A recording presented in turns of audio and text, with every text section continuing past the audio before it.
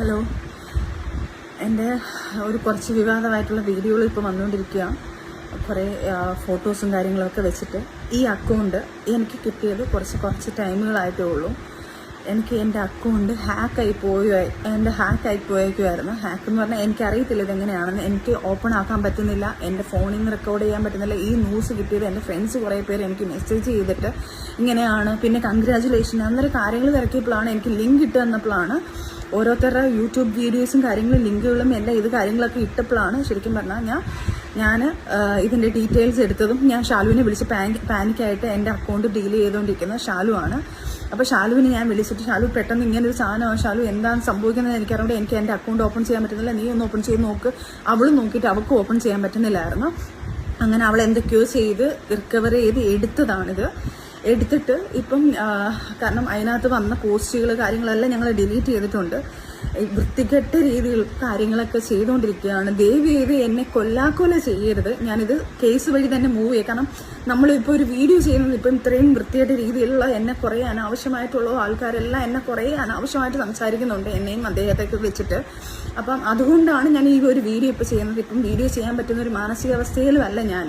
മാനസികാവസ്ഥയിൽ നിന്ന് ഞാൻ അങ്ങേയറ്റം തളർന്നിരിക്കുക. ഒന്ന് റിക്കവറായി വരുന്നതേ ഉള്ളൂ.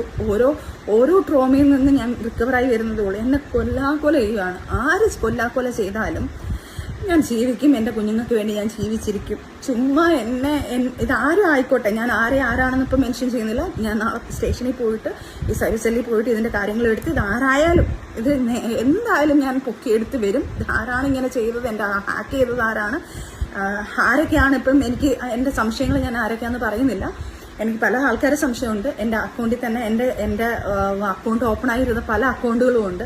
പക്ഷെ ഇതാര് ചെയ്താലും ഞാൻ തിരിച്ച് ഉറപ്പായിട്ടും നിയമത്തിൻ്റെ മുന്നിൽ കൊണ്ടുവരികയും ചെയ്യും. അത് ഞാൻ ഫോൺ ഓഫായിപ്പോയി. അപ്പം ദയവ് ചെയ്ത് ഇങ്ങനെയുള്ള കാര്യങ്ങൾ, അഥവാ എൻ്റെ ലൈഫിൽ ആരെങ്കിലും വന്നാലോ, ആരെങ്കിലും എനിക്ക് കുഞ്ഞുങ്ങളുണ്ടായാലോ, എനിക്ക് കല്യാണം കഴിഞ്ഞാലോ, അത് ഞാൻ ഇതുപോലൊരു വീഡിയോ ആയിട്ട് നിങ്ങൾക്ക് എല്ലാവർക്കും ഇട്ട് തരാം. അപ്പം നിങ്ങൾക്ക് വിശ്വസിച്ചോ. അല്ലാതെ ഞാൻ കല്യാണം കഴിക്കില്ല, ഞാൻ ഇങ്ങനെയാണ് എന്ന് പറഞ്ഞ് ഞാനായിട്ട് വായായിട്ട് വന്ന് പറഞ്ഞോട്ടെ, നിങ്ങൾ വിശ്വസിക്കേ. ദയവ് ചെയ്ത് എന്നെ ഉപകാരം ചെയ്തില്ലോ ഉപദ്രവിക്കരുത്. പിന്നെ ഇത് ചെയ്ത ആരായാലും അത് ഞാൻ നിയമത്തിന് മുന്നിൽ കൊണ്ടുവരും. അവരാരാണെന്നുള്ളത് അതിന് തക്കതായ ശിക്ഷ ഞാൻ മേടിച്ചു കൊടുത്തിരിക്കും. ഇനി എന്നെ ദ്രോഹിച്ച് കൊല്ലാൻ ഞാൻ അങ്ങനെ ജീവിച്ച് നിൽക്കത്തില്ല. അതാരായാലും അവർക്കൂടുള്ളൊരു വാണിംഗ് ഇത്. ഇനി അടുത്ത് ഈ ഫോൺ ഹാക്ക് ചെയ്ത് എൻ്റെ ഈ അക്കൗണ്ട് പോയാലും കുഴപ്പമില്ല. ഇനി എന്ത് ചെയ്തെന്ന് പറഞ്ഞാലും എന്നാലും നിയമവും കാര്യങ്ങളും എല്ലാം ഉണ്ടല്ലോ ഇവിടെ. അന്നേരം അതിൻ്റെ രീതിയിൽ ഞാൻ നീങ്ങിക്കോളാം.